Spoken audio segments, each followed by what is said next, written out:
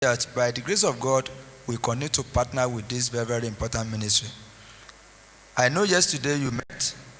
In Oshogbo, we raised an issue that the salary of those that are working in the media sector should be looked into.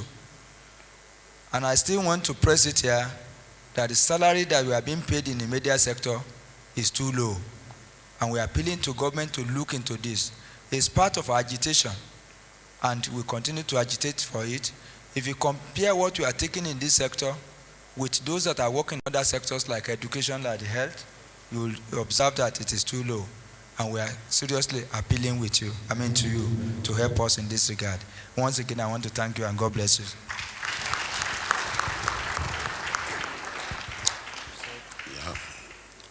Thank you very much. I want to assure you that the government is doing all its best. Distinguished guests, ladies and gentlemen, may I now invite Mr. Osa Sonny Adu, the president of IBAN, to please come forward and give a goodwill message. Mr. Osa Sonny Adu, thank you.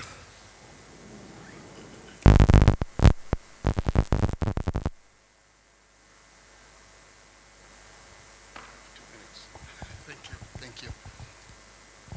Honorable Minister of Information, the very distinguished Permanent Secretary of Information, Honorable Commissioners of Information, distinguished ladies and gentlemen, I feel quite privileged and honored to be invited to give the goodwill message. I represent all the private electronic media organizations in Nigeria. We have two issues that are confronting us. This council is already taking one of those issues, which is the forthcoming election. The second one, of course, is the digitalization, the analog to digital broadcasting.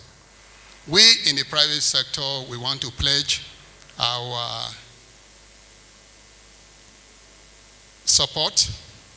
We want to put on notice that we are ever ready to partner with the government to make sure that these processes are actualized and done in a manner that would favor the generality of the Nigerian public.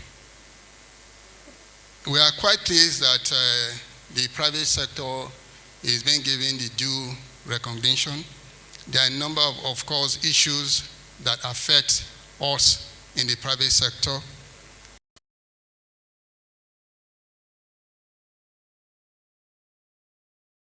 For this opportunity. Happy deliberation. Thank you. Thank you very much, the President of IBAN. Distinguished guests, ladies and gentlemen, we will now invite the President of NUJ in the person of Mohammed Garba to please come forward and give us a goodwill message. Mohammed Garba.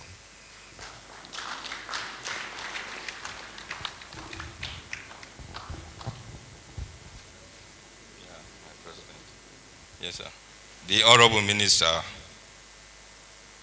our distinguished Permanent Secretary, Director Generals of various federal media organizations, Honorable Commissioners, distinguished participants, my comrade President of Ratau, and other presidents, distinguished ladies and gentlemen, I send you fraternal greetings from the Nigeria Union of Journalists. And I want to believe that this meeting is quite timely in view of the fact that we are indeed approaching the 2015 elections. And we want to believe that the media is a critical stakeholder in the content of these elections. Well, I think, Honorable Minister, there are two basic issues which I would like to share in this meeting. One, the issue of security and safety of journalists. This is very, very fundamental as we approach the election. We are indeed concerned about the safety of journalists in view of what is happening or what has happened during the recently conducted elections in some few states, for instance in Osun and Ikiti. Going by statistics, we are made to understand that quite a number of our members were intimidated, some were assaulted, equipments were vandalized, either by the security agencies or by political thought.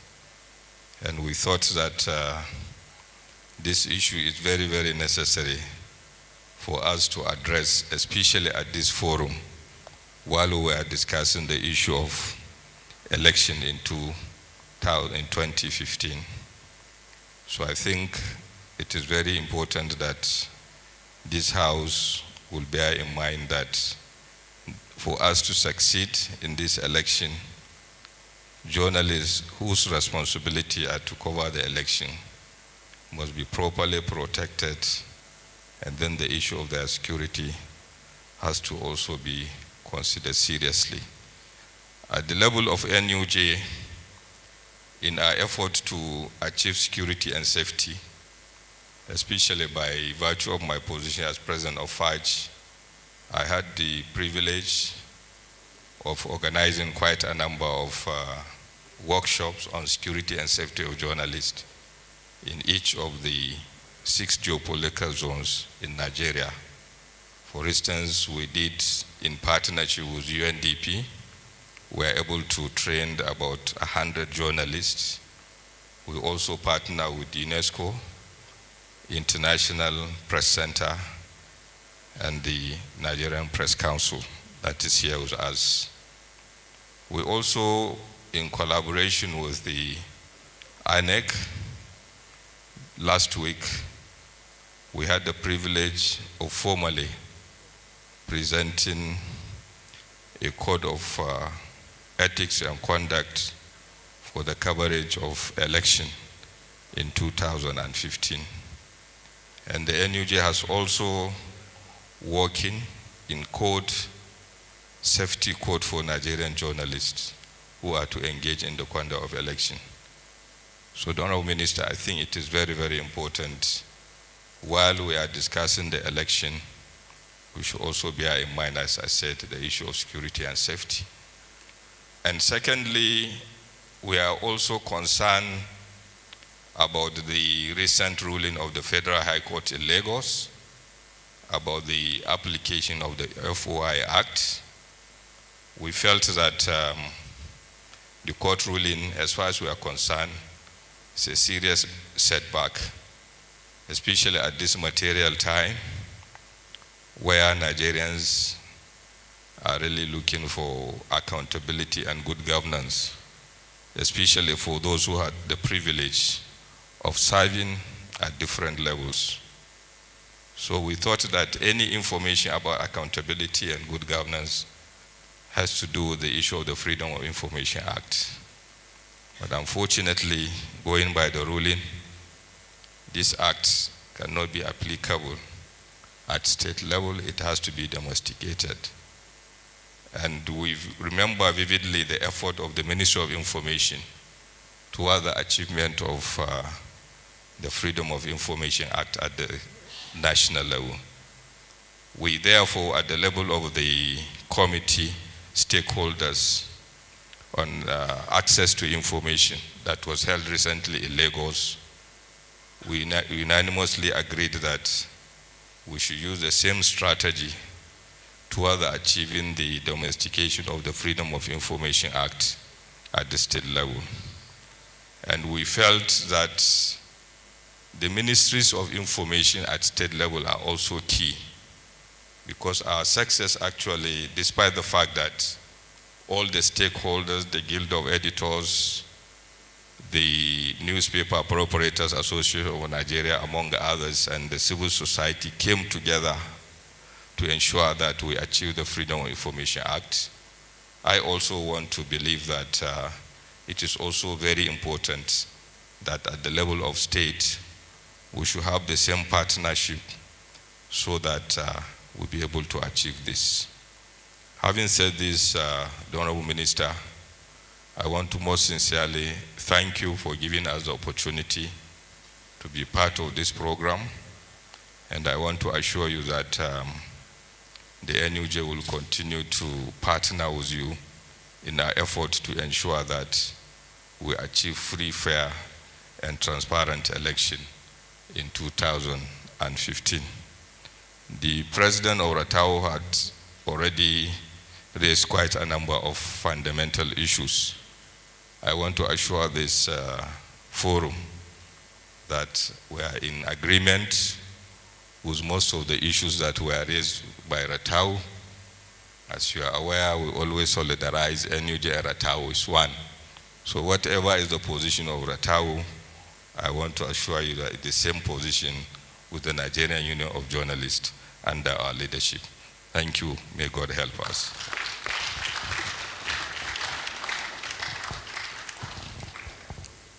Thank you very much, the President of the NUJ. Those were goodwill messages from the President of Ratau, the Chairman, Independent Broadcasters Association of Nigeria, IBAN, and the National President of the Nigerian Union of Journalists, Mohammed Garba, all pledging to put professionalism first and ensure that the 2015 elections are conducted with the media playing its vital role. Who is ably represented here by Dr. Chris Imoga,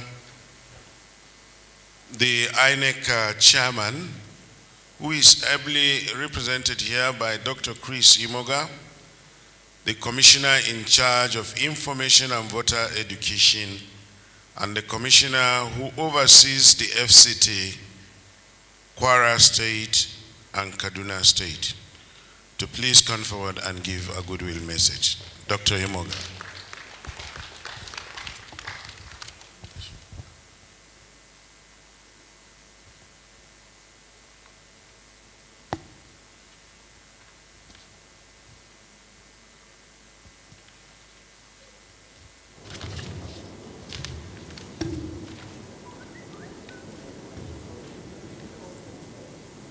The Honorable Supervising Minister of Information, Dr. Nuruddin Mohammed, our dear Permanent Secretary, Federal Minister of Information, Dr. Fola Shade Yemi-Eson, our dear commissioners from the states of the Federation here present, chief executives of boards and parastatals of the Federal Ministry of Information, our dear comrades, NUJ President and that of Ratau, our directors from the ministries, stakeholders, our dear gentlemen of the Fourth Estate of the realm, distinguished ladies and gentlemen. You know, it is difficult to stand in for Professor Tairu Jega. I usually find it very difficult because they say he who knows where the rains drop in his roof knows where it hurts. I will only do my best by presenting what he has sent me to do. So I am delighted, I'm quoting him now verbatim, with the opportunity to share my thoughts with stakeholders present at this forum about our preparations in INEC towards the 2015 elections and the role expected of stakeholders, especially the media, in ensuring the success and credibility of the elections. The media is an important pillar of democracy everywhere the system is practiced. The power of the media to shape society, set agenda for public discourse, and mold opinion is legendary. For democracy to thrive, the media must play its traditional role of providing people with access to the information they need to guide as well as safeguard their electoral choices. This access, which is a form of voter education, is essential to a healthy democracy for at least two reasons. One, it equips the citizens to make reasoned and educated choices of their representatives in power.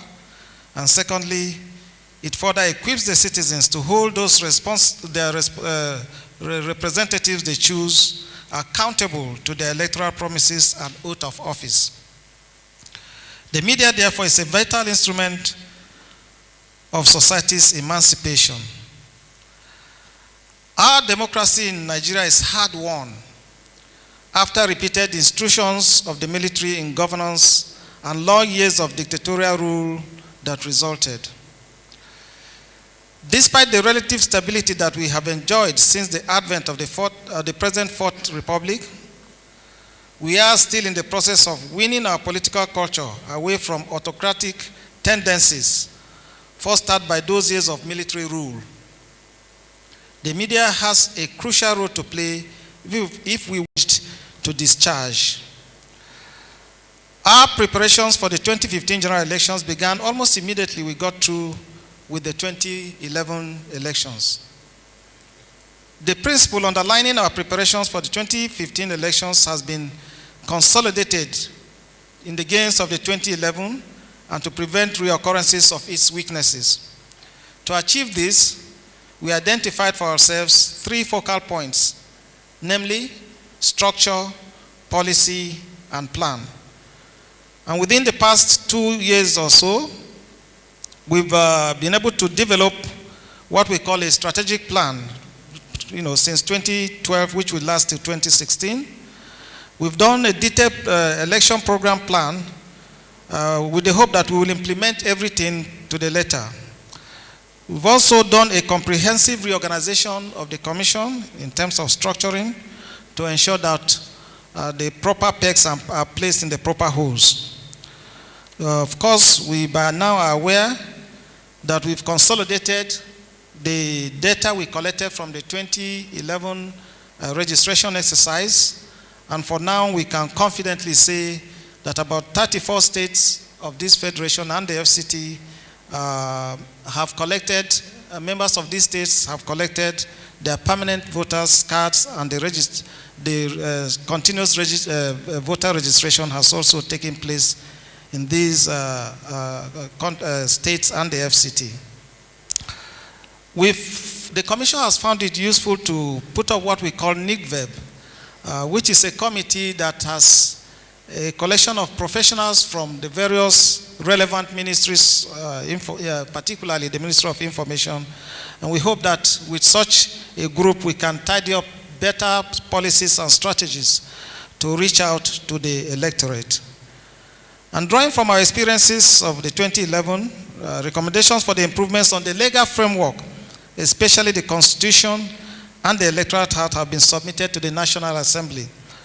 It was realized that certain hiccups were found, particularly in the Electoral Act, where certain decisions cannot be made except if those are corrected.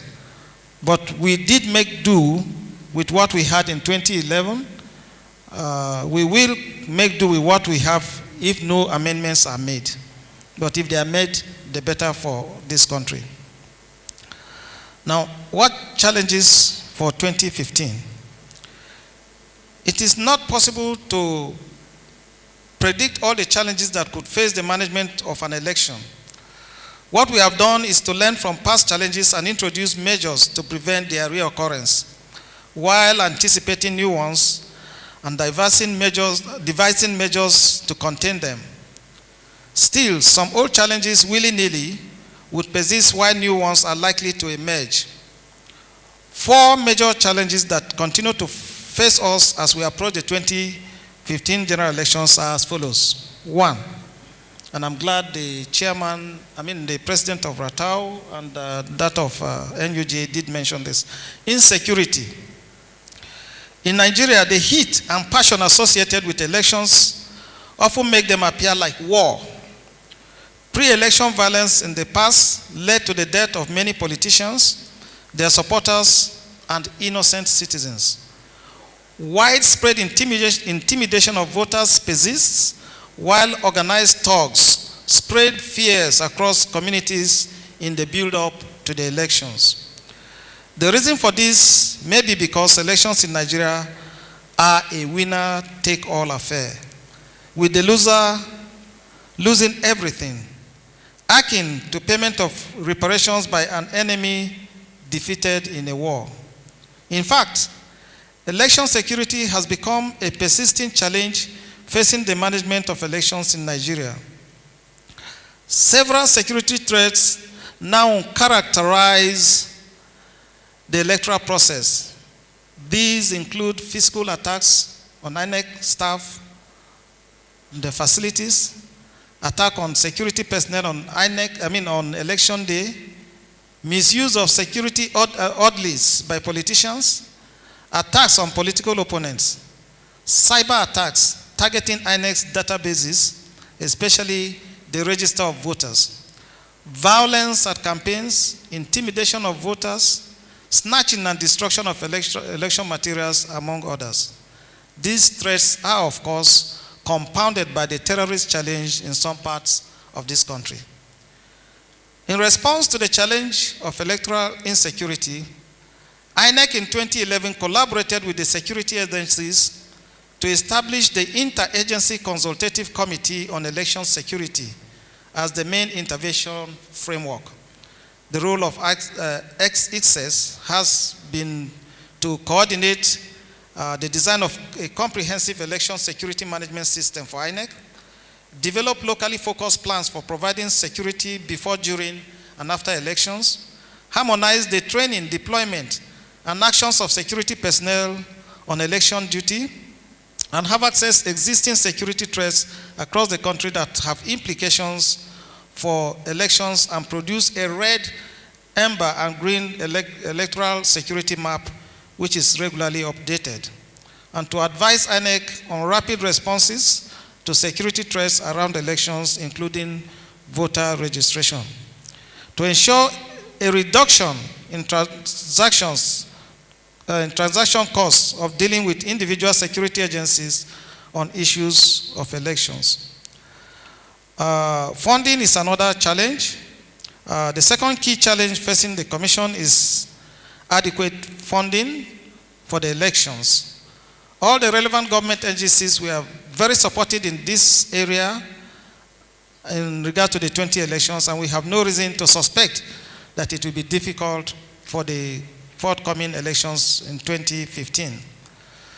The third challenge is the attitude of the political class. Another key challenge facing the Nigerian electoral process is the widespread absence of moderation among politicians. We are concerned about this because even if the management of election meets the highest standards, insofar as the contestants are unwilling to play by the rules, there will be grave problems. The Commission remains deeply concerned about growing conflicts within and between parties and contestants. The language used in most cases are not encouraging, while supporters are encouraged to follow suit with more intemperate language and ultimately fueling additional violence. Parties indeed find it difficult to select candidates, creating a situation where practically every nomination process ends in a court case. Most of the time, INEC gets directly or vicariously joined to these conflicts and court cases. Some pre-election court cases in the past threatened to derail the preparations of the elections. Yet one would expect that parties should have clear rules and procedures for selecting candidates and resolving issues arising from the process to the satisfaction of all their members. It seems to me that a primary source of the problem is lack of internal party democracy, resulting from lack of commitment to party rules. The other issue is the inactive citizenry. Clearly, an active citizenry in a political system is crucial to the sustenance and deepening of a country's democratic experience. The active participation of citizens not only ensures sustained engagement and participation in the political and electoral processes, it could also check impunity in political culture. Election management bodies across the world need an active citizenry to complement their efforts at ensuring that elections are free, fair, and credible. Our experience in Nigeria is that the citizenry has been largely apathetic towards the political process due to widespread poverty, low literacy level, and distrust of government. But without an active citizenry, efforts towards enhancing the credibility of elections by the Commission would have limited impact on the electoral process. Media coverage of elections, particularly the 2015 elections. I previously had occasion to say that the chances for free, fair, and credible elections might be gravely hazarded unless the media rises to its cardinal role of promoting the liberal culture and moderating anti-democracy tendencies in the polity. The functions generally expected of the media in every liberal society include gathering and dissemination of information, because democracy requires that citizens be informed so as to be able to make reasoned and educated choices. Acting as watchdog to hold government accountable, holding society together when the media acts as a common carrier by providing platform for conversation among the people and in between the people and government. Shaping public opinion and perception of institutions, systems, and processes, including the electoral process. Promoting human rights, including citizens' fundamental right to free expression as provided for instance, in section 39 of the 1999 Constitution as amended, and serving as community forum by providing platform for healthy political debate informed by tolerance of and respect for diversity of views and convictions. The Nigerian media is as vibrant and professional as any could be anywhere in the world. But we in INEC have observed some worrying tendencies running contrary to those ideas I have identified above. And these tendencies include willful inaccuracy and misinformation, more of sensationalism and less of issue-based reportage, bias and partisanship, largely stemming from ownership structure of proprietary interests, lazy and non-investigative, or what some people have called pack journalism, inadequate media space for marginalized groups, susceptibility of media houses and professionals to mercantilism above ethics, and giving vent to, rather than providing or at least moderating incitement and hate speech. I'm aware that the Nigerian Broadcasting Code, that's the NBC code, which the National Broadcasting Commission produced, has many useful guidelines for journalists and media houses on issues such as straight dealing, accuracy, objectivity and fairness, professional integrity, authenticity of reports, good taste and decency, gender representation and citizens' rights to privacy, among many others. Section 100 of the Electoral Act, 2010 as amended, also provides, among other things, that media time shall be allocated equally among political parties or candidates at similar hours of the day. I just wonder if the NBC is up to the task of enforcing strict adherence to these guidelines and regulations, or whether the sanctions prescribed for the infractions pose enough incentives to practitioners. Recently, when we talk about self-regulation, on the 30th of October this year, stakeholders adopted a code of election coverage, which is supposed to regulate the activities of gentlemen of the media in the coverage of the 2015 elections and beyond. It is hoped that the members who will strictly adhere to this code, having themselves accepted to and willingly signed to abide by the code. There is no doubt that the media has been instrumental to the modest successes recorded so far in our political system in this country.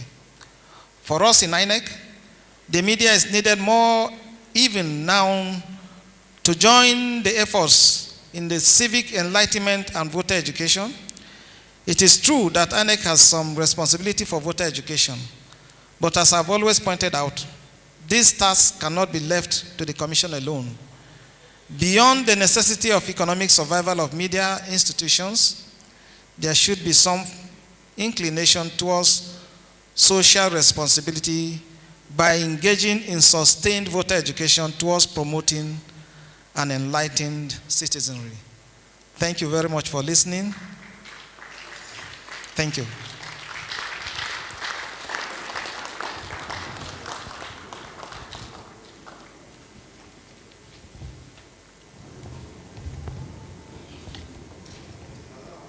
Just to remind us once more, the theme of this 45th National Council on Information is Strategic Information Management for Credible and Peaceful Elections. That is why we have to listen to the chairman of INEC. And since Dr. Chris Imoga is being directed by the INEC chairman to talk to us, I believe he has represented his principal adequately. So can we once more put our hands together for Dr. Chris Imoga for the presentation. Thank you. Distinguished guests, ladies and gentlemen, you now permit me to invite the Honorable Supervising Minister of Information in the person of Dr. Nuruddin Muhammad to please come forward and give his keynote address. Honorable Minister, sir.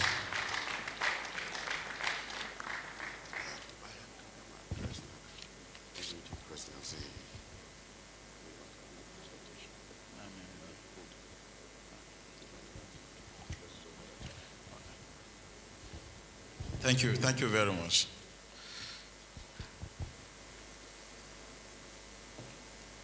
Madam Permanent Secretary, Federal Ministry of Information, the INEC Chairman, ably represented by Dr. Chris Imoga, Commissioner in charge of Information and Voter Education, Information Commissioners from the various states of the Federation, Permanent Secretaries from the various states here present, chief executives of various federal media establishments and those of the states, the presidents of NUJ, Ratao, and IBAN, directors of information from both federal and states ministries of information, members of various private media organizations here present, stakeholders in the information sector, distinguished invited guests, ladies and gentlemen, gentlemen of the press, good morning.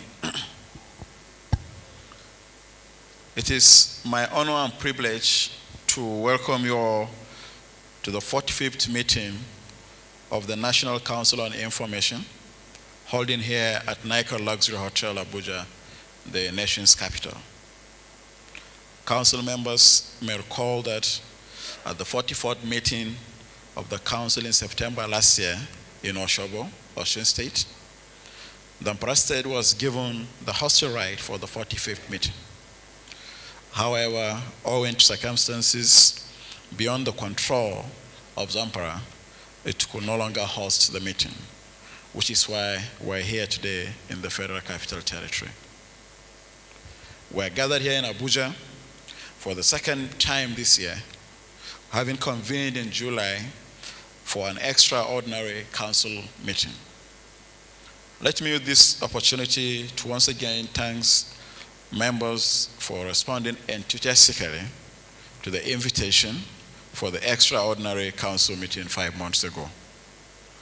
That meeting focused on our tasks as public information managers in responding to the country's security challenges, as well as keeping track of our collective march towards the digital switchover, which is due for June next year, in a way and manner that changes broadcasting as we know it today.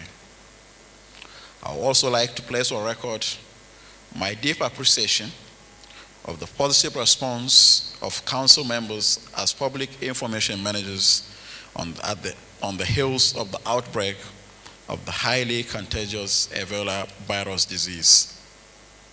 As you're all aware, Ebola was imported into Nigeria by the late Liberian American Patrick Sawyer just about 2 weeks after the extraordinary council meeting to which I earlier referred. It is most gratifying that governments at all levels mobilize ordinary Nigerians to our individual and collective responsibilities as a result of the public health emergency and posed by the presence of Ebola in the country. The result was that Ebola was defeated, and in the process provided useful lessons to the rest of the world. That mobilization effort is a testament to how truly effective we can be as public information managers.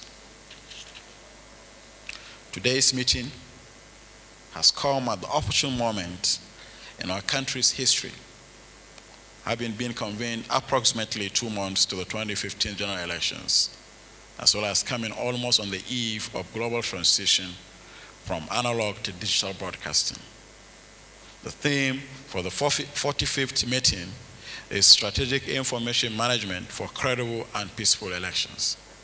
It has been chosen to enable council members get to grips with our obligations as public information managers in the season of political context as the 2015 general elections approach. Having been witnesses to local elections conducted by the various state independent electoral commissions, as well as some recent governorship elections conducted by the Independent National Electoral Commission, we are no doubt familiar with the overwhelming expectation of all stakeholders for a free, fair, and credible election. The electorate desire that their votes count and are counted, all in an atmosphere devoid of intimidation, violence, and other acts that seek to compromise the free will of voters to make their choices. President Goodluck Ebele Jonathan had made this commitment, had delivered in 2011, and will deliver again. As public information managers, we must strive to build understanding while dispelling misperceptions, suspicion, and fear. The 2015 general elections are not about war, and Nigeria is not about to break up. We are one country and will remain so after the 2015 general elections. Yet, we cannot take things for granted. We must therefore design and emphasize key messages that will promote peaceful and credible elections. In particular, our messages must target vulnerable groups that are easily recruited to foment trouble during and after elections. Such vulnerable groups need urgent reminders that persons who lost their lives in the first general elections are not around now to participate in the forthcoming polls. Besides, it is worth reiterating the spirit of sportsmanship in electoral contests. The fortunes of a loser in one election will turn around dramatically in the next election. We must harp on the message that elections are not a do or die affair, because as the saying goes, a person who chooses to break a coconut with his head might not live to eat its fruits. Distinguished ladies and gentlemen, the task we're setting for ourselves as public information managers recognizes that the electoral umpire cannot cover the entire sequence of preparing for and supervising elections, and also undertaking full-blown public enlightenment on a scale that is as intense and widespread as we are capable of achieving as managers of information in the public space. The electoral umpire simply does not have the resources for such a venture. In the circumstance, public information managers should bear part of the responsibility for voter education that is vital to the overall success of the elections. For instance, as recently as last week, more than 30% of the permanent voters' cards which are ready for collection had not been picked up by their owners. As the elections draw nearer, there will be issues of where and how to vote, as well as how to reduce the barest minimum the incidence of void ballots. I am aware that in recent times, INEC has held stakeholders meetings with various bodies, including religious leaders, to sensitize them on these and other issues pertaining to next year's elections. I would like to urge the electoral body to also engage with public information managers, especially at the state levels, in order to gain more mileage on public enlightenment. Invariably, in an election season, the people look up to public information managers for help. While there are plural partisan platforms and peculiar interests, we must strive for the national interests which can be fully met by free, fair, and credible elections. As public information managers, we also superintend the media where political discourse and sundry partisan messages are trafficked. As for those in charge of the electronic media, the broadcast court is available as a guide more than ever before. We must strive to eliminate political hate speech, violent language, or incitement to violence, either through plain news report or chat shows and other phone-in programs that can be easily abused by troublemakers. I'm not oblivious of the maxim that he who pays the piper dictates the tune. This comes into bold relief on occasion when some public information managers black out stories about opponents of the government in power in the environment. Sometimes state-run media decline to accept adverts from the opposition, even when such promotional materials are fully paid for. At other times, state-run media are used to launch violent attacks on the opposition, who regrettably are denied a right of reply. Accordingly, the broadcast industry regulator, the National Broadcasting Commission, must exercise its authority to sanction erring stations. Public information managers must also remain vigilant about attempts by some politicians to manipulate them. Elections are not just about politicians. Elections also involve crucial questions about our collective future and in whose hands the electorate would like to commit. It is important, therefore, that as we nurture our democracy through periodic elections, we should attempt to steer political discourse to issues that are potentially meaningful impact for electorate. Distinguished ladies and gentlemen, I've been informed that at the 44th meeting at Oshobo last year, Council adopted the draft national policy on information. At the meeting, all states were requested for their inputs to the Federal Ministry of Information in order to facilitate its conclusion and presentation to the Federal Executive Council for ratification. It is important to stress that a national policy on information for for the country is long overdue. In fact, such a policy is a pivot on which any strategic information plan should rest. Making the necessary inputs to the draft policy is our responsibility as information managers. I urge you to do so soonest, to facilitate the process, serve as a beacon to facilitate the process that can culminate in its final adoption and ratification by the Federal Executive Council. This will ultimately serve as a beacon in the implementation of public information management in Nigeria.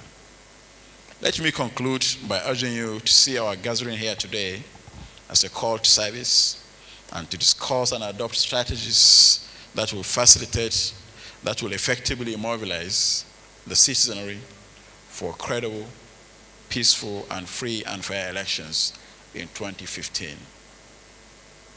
I wish participants fruitful deliberations and accept also my best wishes to you all for Merry Christmas and a Happy New Year. I thank you for the attention.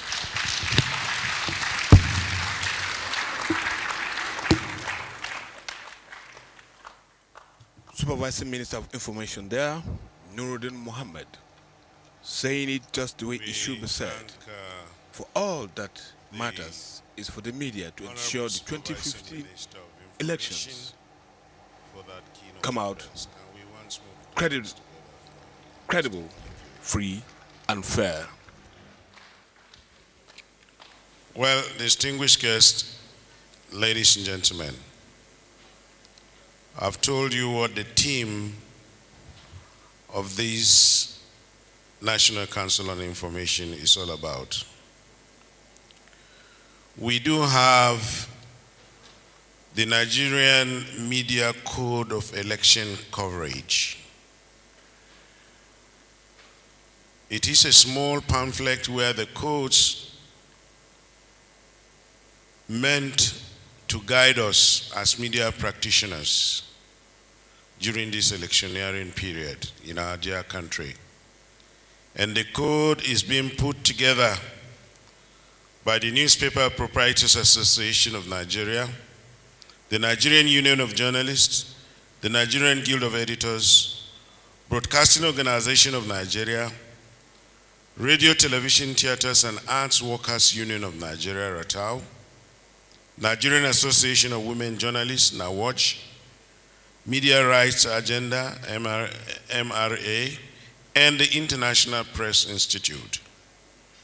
And since we are all information managers gathered here today, I would want, with your permission, to invite the NUJ President and the RATAU President to formally make a presentation of the Nigerian Media Code of Election Coverage to the Supervising Minister of Information for distribution to council members so that we are so guided. So permit me to now invite the NUJ President and the RATAU President to please step down, and the Honorable Minister for the formal presentation. Honorable Minister, sir.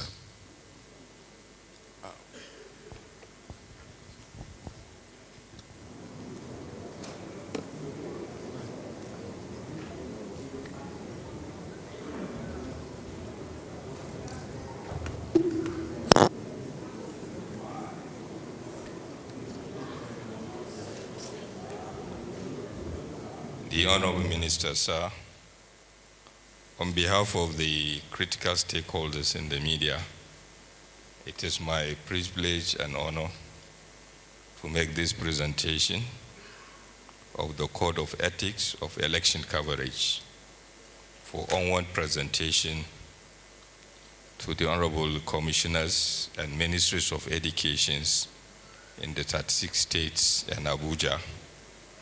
I want to believe that this document will be of great assistance towards guiding our colleagues in the coverage of the 2015 election. The UNDP has actually produced quite a number of copies, which we intend to distribute to our colleagues all over the country. So on behalf of the stakeholders, it is my pleasure and privilege to make this presentation.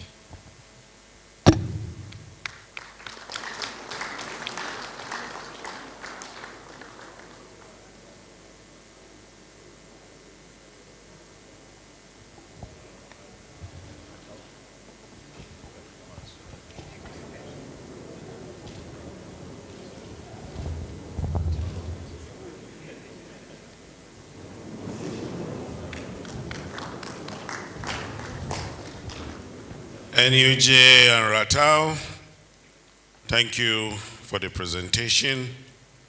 We will be so guided as we operate during this electioneering period. So distinguished guests, ladies and gentlemen, we have now come to the end of this opening ceremony.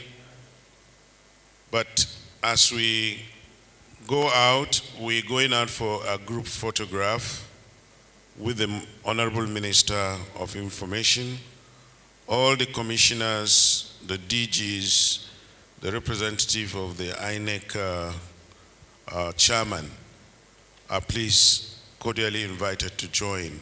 And the photograph would have it right in front of the entrance towards this hall of the hotel. And as we go out, we are expected to come back here in 15 minutes' time to commence the business of the day. So can we all now rise for the national anthem?